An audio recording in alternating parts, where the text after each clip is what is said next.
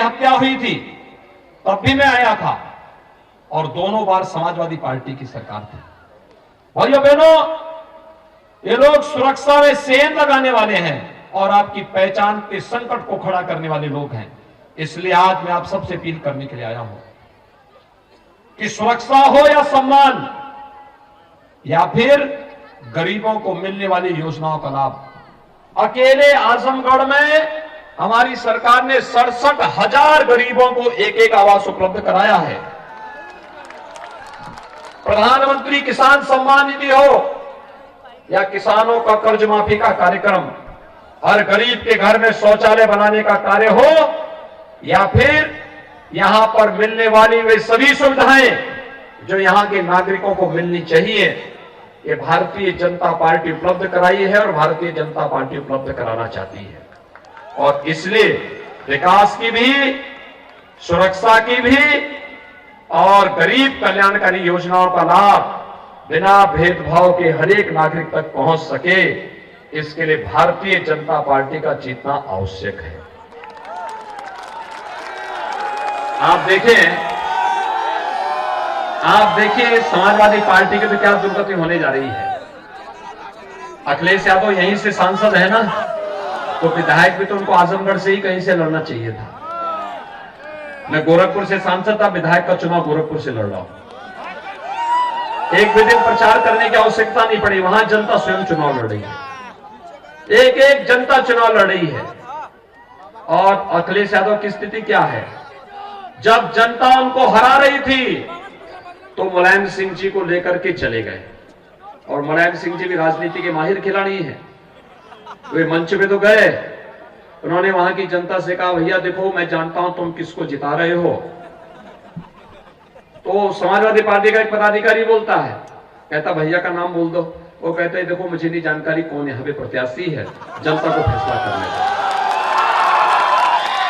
जिस पार्टी के राष्ट्रीय अध्यक्ष का नाम पूर्व राष्ट्रीय अध्यक्ष न जानता हो या पिता पुत्र का नाम न जानता हो, इसी को दुर्गति कहते हैं। दुर्गति इसी को कहते हैं। भाइयों बहनों, इन लोगों ने आजमगढ़ ही नहीं, उत्तर प्रदेश के नौजवानों के सामने पहचान का संकट खड़ा किया था। आजमगढ़ का नौजवान उत्तर प्रदेश के बाहर जाता था, उसको होटल में रूम नहीं मिलता था, धर्मशाला में जगह नहीं मिलती थी। आज आप जाएंगे, आज आप आजमगढ़ के हो या गोरखपुर के, मऊ के हो या गाजीपुर के, आप कहीं जाएंगे, लोग आपकी पहचान किस रूप से लेंगे, कहेंगे अच्छा उत्तर प्रदेश से आए हैं, भगवान राम के अयोध्या के उत्तर प्रदेश से, भगवान कृष्ण से नाम जुड़ेगा, बाबा विश्वनाथ से नाम जुड़ेगा, और अंततः लोग ये पूछेंगे अच्छा आप उस उत्तर प्रदेश से आए हैं जहां योगी जी मुख्यमंत्री हैं। 5 चरणों के चुनाव ने साबित कर दिया है, और छठे चरण में तो खूब छक्के लगेंगे, जिससे इस स्कोर को हम 275 से ऊपर पहुंचा सके, और 7वें चरण में इसे 330 के पार लेके जाना है। और आज यही आह्वान करने के लिए मैं आपके पास आया हूं। यह संख्या इसलिए हमारे लिए महत्वपूर्ण है जिससे प्रदेश में एक दमदार सरकार दे सके। भाइयों बहनों, एक ऐसी सरकार जो सबको सुरक्षा दे सके, किसी बहन को, किसी बेटी को असमय विधवा न होना पड़े। और इस दृष्टि से आज मैं आपके पास आया हूं आपसे कहने के लिए कि भारतीय जनता पार्टी ने 5 वर्ष तक प्रदेश में सरकार चलाई, लेकिन इन 5 वर्षों के अंदर आपने देखा होगा सुरक्षा सबको, सम्मान सबको, विकास सबका, लेकिन अपराध और अपराधियों के प्रति सरकार ने जीरो टॉलरेंस की नीति के तहत काम किया, और आज ये प्रदेश में बहुत स्पष्ट दिखाई भी दे रहा है। या बसपा की सरकार होती तो ये सब मार्केट में ब्लैक हो जाती।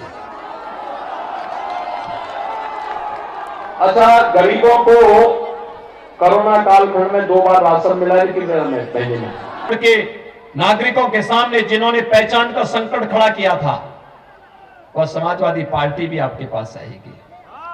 और भाइयों बहनों, गरीबों का राशन डकारने वाले सपा के गुंडे भी और बहुजन समाजवादी पार्टी का हाथी भी आपके पास आने का प्रयास करेगा। लेकिन इनसे सावधान रहना, ये लोग किसी के हितैषी नहीं हैं। इनका विकास से, गरीब कल्याण से और सुरक्षा से कोई लेना देना नहीं है। अकेले भारतीय जनता पार्टी है जो कहती है सो करके दिखाती है।